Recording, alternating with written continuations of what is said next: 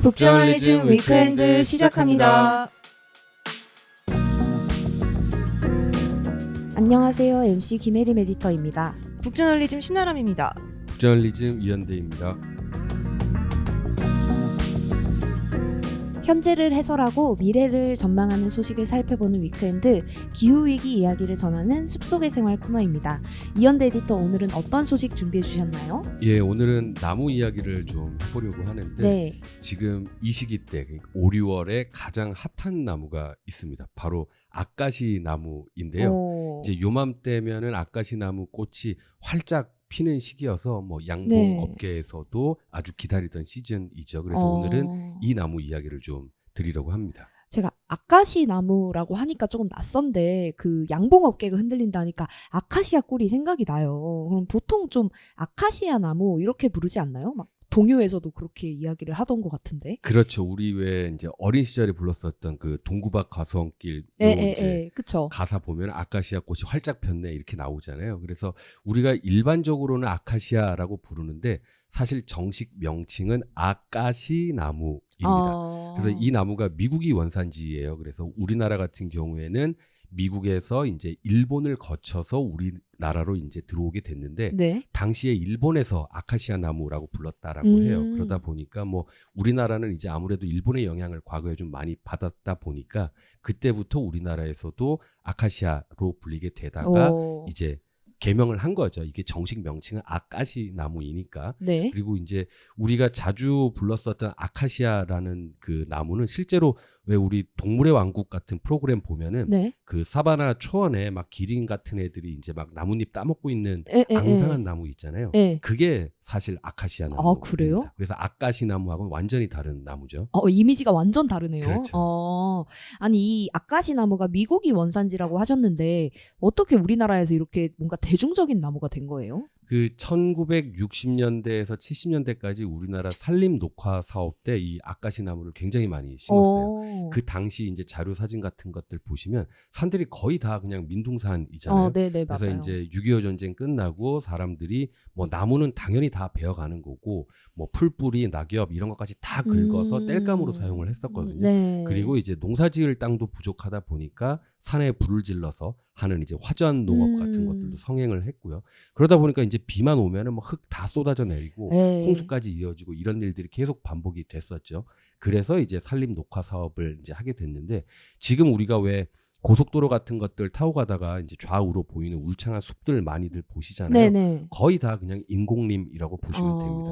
그래서 불과 5, 60년 전만 해도 이 민둥산이었던 산들을 이제 한 1960년대 들어서 산림 녹화 사업을 이제 본격적으로 시작을 하는데 당시에 이제 농림부 산림국이 산림청으로 발족을 하면서 이때부터 이제 본격적인 산림 녹화 사업을 했고 이 시기에 아카시 나무를 굉장히 많이 심었습니다.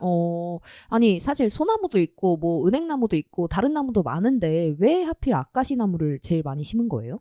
일단은 번식력이 굉장히 강하고 또 굉장히 빨리 자라는 나무예요. 네. 우선은 이제 아까 우리나라 상황이 산들이 다 민둥산이라고 말씀을 드렸는데 민둥산이라고 하면은 나무가 없다라는 뜻도 있지만 토질 자체가 굉장히 척박한 산인 거거든요. 네. 그래서 이제 좀 곱게 자란 나무들은 잘 못 크는 거죠. 그런데 아카시 나무처럼 그냥 아무데나 잘 자라는 나무들은 뭐 민둥산에 심어도 잘 자라는 거죠. 그리고 얘네가 우리가 빨리 산림 녹화를 이뤄야 되잖아요. 네. 그런데 막 어렸을 때는 1년에 1, 2m씩 자라는 나무예요. 그러니까 엄청나게 빨리 산림 녹화가 될 수 있겠죠. 네. 그리고 얘네가 콩과 식물입니다. 그래서 아카시 나무 그 열매 보시면 콩 꼬투리처럼 생겼어요. 콩과 식물들이 다 그런 식으로 열매가 비슷하게 생겼는데 이 콩과 식물의 특징이 뿌리에 뿌리혹 박테리아라고 하는 세균이 살아요. 그래서 콩과 식물들의 이제 뿌리를 이렇게 캐 보면 작은 혹 같은 게 막 나 있는데 그 뿌리혹 박테리아가 나무 뿌리에다가 질소를 고정시키는 겁니다. 그런데 질소는 대표적인 비료의 원료잖아요. 그래서 이 콩과 식물 같은 경우는 비료를 안 줘도 토양을 굉장히 비옥하게 합니다. 그래서 민둥산의 토지를 향상하는 데 있어서 굉장히 큰 도움이 되는 거죠. 그래서 아카시 나무를 심으면 얘네도 잘 자라지만 얘네뿐만 아니라 얘네가 토양을 비옥하게 해서 다른 나무들도 덩달아서 잘 자라게 됩니다.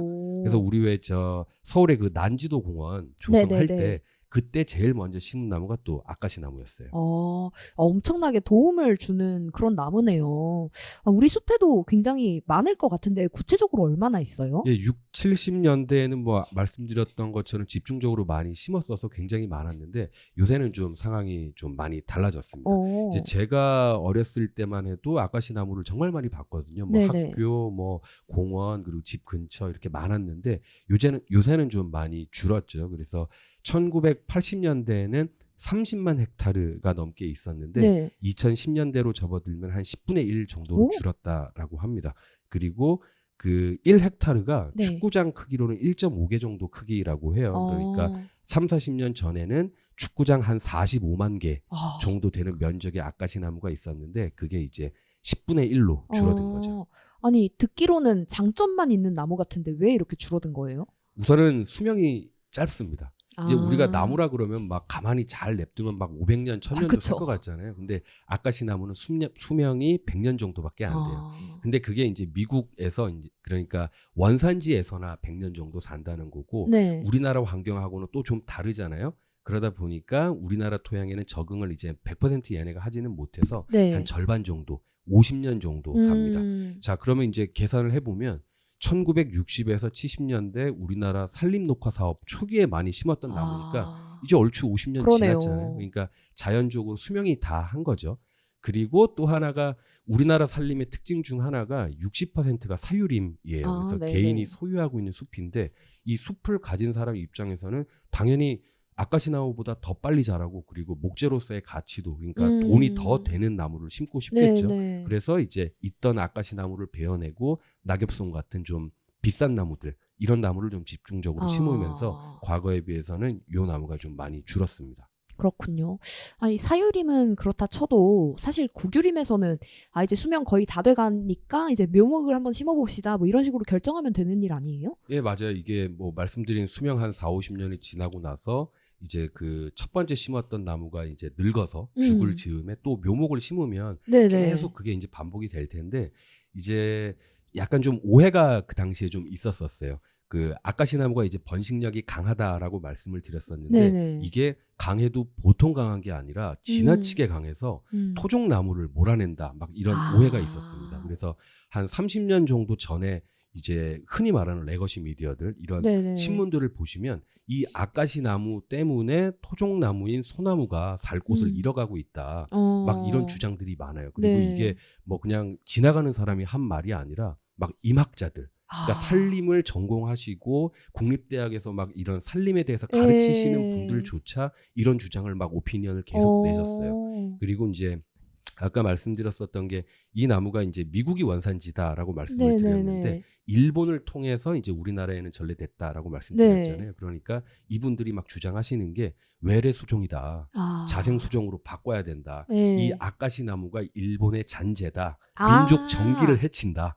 그렇게도 볼 수 있군요. 그래서 심지어 이제 뭐 왕궁이나 국립공원 근처에 이제 아카시 나무가 심어져 있으면 얘네가 우리나라에 그 민족 정기를 해치고 심지어 아카시 나무가 심어져 있는 지역을 일컬을 때 아카시 나무 침투 지역이라는 표현까지 써가면서 막 베어내야 된다 이런 운동 같은 것들을 벌였었어요. 그래서 나무 줄기에 막 제초제를 주입하고 껍질을 벗겨내고 막 이러면서까지 이제 죽이는 행위가 막 커졌었죠. 나무가 무슨 잘못이 있다고. 사실 근데 또 나무 하면은 사람들이 막 민족, 뭐 땅, 뭐 산 그렇죠. 이런 거를 생각하니까 그 당시에는 그랬을 수도 있을 것 같아요. 근데 뭐 이게 번식력이 너무 강해서 뭐 임학자들이 그렇게 이야기를 했다고 하는데 다른 나무들이 진짜로 잘 못 자라는 거 맞아요? 이게 좀 오해가 있었습니다. 이제 그 민둥산에 심었을 때는 번식력이 강해서 잘 자라는 것은 맞는데 네네. 이게 안정된 숲에서는 오히려 다른 나무들보다 번식력이 떨어집니다.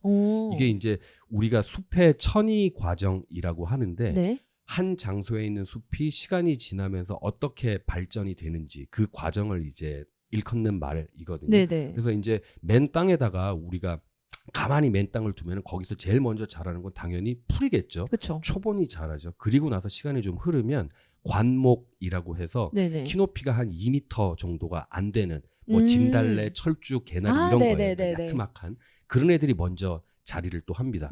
그리고 숲이 조금 더 나이가 들면 양수림이라고 해서 네. 양수가 이제 햇볕을 좋아하는 나무, 그늘에서는 잘 못 자라는 나무거든요. 네네. 얘네가 뭐 이제 또 막 세력을 확장을 해요. 네. 그리고 시간이 더 지나면 음수림이라고 해서 이제 음수는 그늘에서도 잘 자라는 나무거든요. 네, 네. 그래서 이제 숲을 볼 때 양수가 많으면 얘네 대충 이 숲의 나이가 이 정도 됐겠구나. 뭐 음수가 많으면 굉장히 성숙한 숲이구나. 이렇게 볼 수 있는데 네네. 아카시 나무는 극양수입니다. 그래서 햇볕을 너무너무 좋아하는 나무여서 네. 앞서 말씀드린 이런 숲의 천이 과정에 있어서 자연스럽게 쇠퇴하는 도태되는 그런 나무거든요. 네. 그래서 이제 그 번식력이 강해서 뭐 토종나무를 몰아낸다 같은 말들은 좀 사실과는 다른 이야기인 거죠. 네. 그리고 이제 뭐 말씀드린 그런 좀 풍문 같은 것들이 돌면서 아카시나무를 몰아내는 작업이 벌어졌고 여기에다가 또 아카시나무 뿌리가 좀 특이하게 생겼는데 네네. 이제 그 거리에서 한번 보시면은 막 불끈불끈 해가지고 땅 위에까지 좀 나와 있고 네네네. 막 흙 밖에까지 나와 있는 네. 이런 뿌리를 두고서는 또 괴소문까지 돌았었어요. 뿌리를 가지고 괴소문이 돌아요? 예, 이게 그 아카시나무 뿌리가 이제 옆으로 굉장히 길게 뻗어져 있고 막 땅 위로도 올라와 있는 경우도 있고 이렇게 자라는데 이런 특성 때문에 이제 민간에서는 이 아카시나무 뿌리가 막 몇백 미터까지 그 땅 속으로 자라서 그 근처에 있는 무덤을 파고들고 관까지 파고들어서 막 시신을 훼손한다. 이런 민간에서 이제 이런 괴소문이 퍼지면서 또 아카시나무를 굉장히 많이 베어냈습니다. 아람 에디터 표정 보니까 너무 놀랐어요. 아니 정말 인간의 뭐라고 해야 되나 믿음이라는 것이 어디까지 상상의 날개를 펼칠 수 있는지 정말 보여주는 그런 사례인 것 같습니다. 근데 어떤가요? 정말 실제로 그게 생물학적으로 가능한 얘기인가요? 그렇지는 않아요. 이제 그 1990년대 중반 막 한창 우리 뭐 꼭 나무뿐만 아니라 거의 5만 군데에 있어서 신토부리 우리 것 막 이것에 대한 열풍이 불었었잖아요. 근데 이제 그 당시에 이제 발표가 됐었던 칼럼 같은 것들 보면은 이제 임학자 분들이신데도 그 아카시나무 뿌리가 막 300m까지 뻗어간다. 그런 주장을 막 하셨어요. 그거는 기생수잖아요. 그러니까 저도 그 생각을 했어요. 그런데 이제 실제로는 그 정도까지는 아니고 얘네가 뿌리가 왕성하게 이제 발달한 그런 콩과 식물인 것은 맞는데 그 정도는 아니고 뭐 한 뭐 10여 미터, 20m, 30m 뭐 요 정도인 거죠. 그래서 뭐 실제 이제 미국 원산지 같은 경우도 30m 안팎인 것 같아요. 그러니까 아주 큰 나무도. 10배가 부풀려진. 그렇죠. 네. 그래서 300m라는 거는 뭐 사실 좀 말이 안 되죠. 그렇죠. 그러면은 자기들끼리도 이제 죽일 것 같은데요. 그렇죠. 그렇네요. 아니 이게 나무의 운명을 듣는데도 되게 기구한 삶을 산다 이런 생각이 들어요. 막 민둥산을 처음에는 이제 개발을 하려고 심었다가 뭐 여러 가지 이제 이유들 또 소문들 때문에 인기가 시들해졌다가 막 껍질도 이제 벗겨서 죽이고 막 이런 이야기를 들으니까 이 아카시 나무가 좀 살기 힘들었겠다 이런 생각도 드네요. 예, 그래서 이제 말씀드렸었던 그런 아카시 나무에 대한 이런 오해들이 이제 최근 들어서 계속 풀리고 있으면서 이제 산림청에서도 이제 아카시 나무를 뭐 소량이지만 다시 식재를 하고 있습니다. 그리고 이제 오늘 이제 이 숲속의 생활 코너에 아카시 나무를 주제로 들고 온 이제 이유 중에 하나가 아카시 나무가 최근 들어서 다시 좀 주목을 받고 있어요. 바로 꿀 때문입니다. 요즘에 이제 뉴스 보시면 꿀벌 개체수가 막 급격하게 줄고 있다 이런 뉴스들 많이 나오잖아요. 그런데 국내에서 생산되는 꿀의 한 7-80%가 이 아카시 나무 꽃에서 나옵니다. 아니 실제로 저희 그 톡스에서도 그 꿀벌 수의사분을 인터뷰했었는데 그때도 항상 강조돼서 이야기 나오던 게 나무가 있는 게 그렇게 중요하다. 뭐 벌을 그냥 많이 태어나게 한다고 다가 아니다. 이런 그렇죠. 이야기를 했었거든요. 정말 그 아카시 꿀이 또 그리고 우리한테 되게 친숙한 꿀이잖아요. 지금 이제 오리월이 아카시 꽃이 막 활짝 피는 시기인데 꽃에서 꿀이 진짜 어마어마하게 흐르거든요. 막 뚝뚝 떨어지는 수준으로 진짜요? 흐릅니다. 그래서 이제 양 자체가 엄청나서 이제 꿀벌들이 이제 그거를 이제 거기서 꿀을 이렇게 가져오는 거죠. 뭐 사실 꼭 아카시 꽃일 필요는 없어요. 뭐 또 다른 밀원 식물들도 많을 텐데 뭐 대표적으로 과수원에서 키우는 과수 작물들, 과수 나무들도 뭐 꽃을 피우니까 이제 뭐 벌이 거기서 이제 꿀을 가져올 수도 있을 텐데 아시다시피 과수원에서는 농약을 많이 치잖아요. 그쵸. 그러다 보니까 꿀벌이 뭐 꿀을 가져올 수가 없죠. 다른 곤충들 다 죽이는데 뭐 꿀벌만 살릴 수 없을까? 안 죽이는 건 아니니까요. 그래서 이제 아카시 나무 같은 아카시나무 같은 경우는 도로변에서도 잘 자라고 아무 데서나 굉장히 그쵸. 잘 자라는 나무여서 이제 지금 우리나라에서 생산되는 꿀의 대부분이 아카시 꿀인 거죠. 그래서 그 양봉하시는 분들 보면은 해마다 이제 5, 6월쯤 되면은 남쪽에서부터 북쪽까지 그 꿀통 가지고 막 이동을 합니다. 이제 남쪽에서부터 꽃이 펴가지고 위로 이렇게 올라가니까 그 네. 루트 따라서 이제 아카시나무 근처에 꿀통 갖다 놓고 또 걔네가 이제 벌들이 그 아카시나무에서 이제 꿀을 가져오면 또 채워놓고 또 한 며칠 있다가 이제 조금 더 북쪽에서 아카시나무가 피게 되면은 꽃이 피게 되면 또 그쪽으로 이동해서 이렇게 유목민처럼 그렇게 이동을 하는 거죠. 그런데 이제 이 아카시 나무들이 한 2000년대 접어들면서 혹파리의 피해를 입었어요. 그래서 잎이 누렇게 말라버리는 현상이 발생을 했는데 요것 때문에 양봉업계에서도 좀 비상이 걸렸었죠. 그래서 지금 우리가 이제 꿀벌의 개체 수가 급감하고 있다라는 막 그 문제들을 이야기하고 있는데 이 아카시 나무가 줄어든 것도 꿀벌 개체 수 감소에 좀 영향을 미쳤다고 볼 수 있습니다. 그렇군요.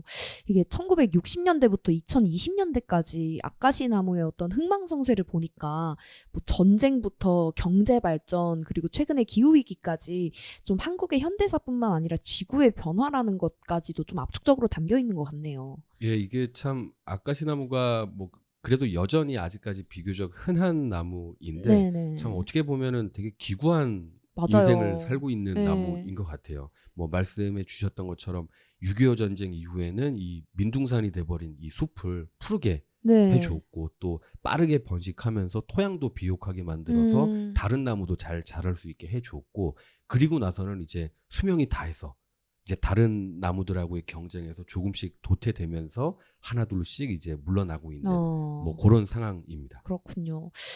이제 막 아카시 나무의 좀 중요성 이런 것들이 이야기가 되고 있다고 하는데 앞으로는 좀 어떻게 될까요? 예, 우선은 산림 당국에서는 그 상태가 좋은 아카시 나무는 잘 관리하겠다라고 하고 말씀드렸었던 그 황화 피해 이게 있는 아카시 나무들은 이제 꿀 공급 능력이 좋은 다른 나무들로 이제 대체를 해 나갈 예정이라고 합니다. 또 아카시 나무가 빠르게 자라고 탄소 흡수 능력이 좋다 보니까 기후 변화 대응에도 굉장히 좋은 수종이다라는 게 이제 최근 들어서 계속 회자되고 있어요. 그래서 국립산림과학원 이런 곳에서 이제 품종 개량도 하고 있고 또 지방 정부 차원에서는 뭐 최근에 나온 뭐 며칠 전에 나온 자료를 보니까 충청북도 같은 경우에는 이제 양봉 농가를 돕겠다고 밀원 숲 조성을 하겠다라고 했는데 이제 한 30억 정도를 투자를 해서 한 150헥타르 정도 되는 그 숲을 조성을 하는데 여기에 한 70% 가까이를 아카시 나무를 심겠다 해서 이제 좀 진행을 하고 있습니다. 그렇군요. 이 되게 친숙해 보였던 아카시 나무에 이렇게까지 다양한 사연이 담겨 있는지는 정말 몰랐어요. 5월에서 6월이면은 이 아카시 나무가 활짝 피는데 이 아카시 나무에 얽힌 이야기부터 우리나라의 좀 산림 녹화 사업 그리고 양봉업계 이야기까지 짚어봤습니다. 북저널리즘 위크엔드는 북저널리즘 웹사이트와 애플 팟캐스트, 스포티파이, 네이버 오디오 클립 그리고 유튜브에서도 만나보실 수 있습니다. 그럼 내일도 위크엔드에서 만나요.